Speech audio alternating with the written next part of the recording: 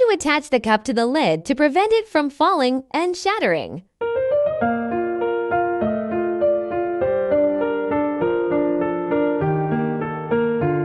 Lengthen the string between the cup and the lid, in case the lid doesn't fit when it's braided later. Then it's time to start braiding the rope. Here we use square knots.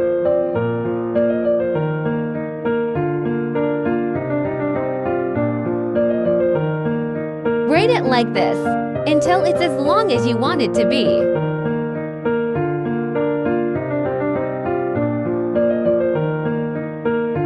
The finish is a seamless square knot.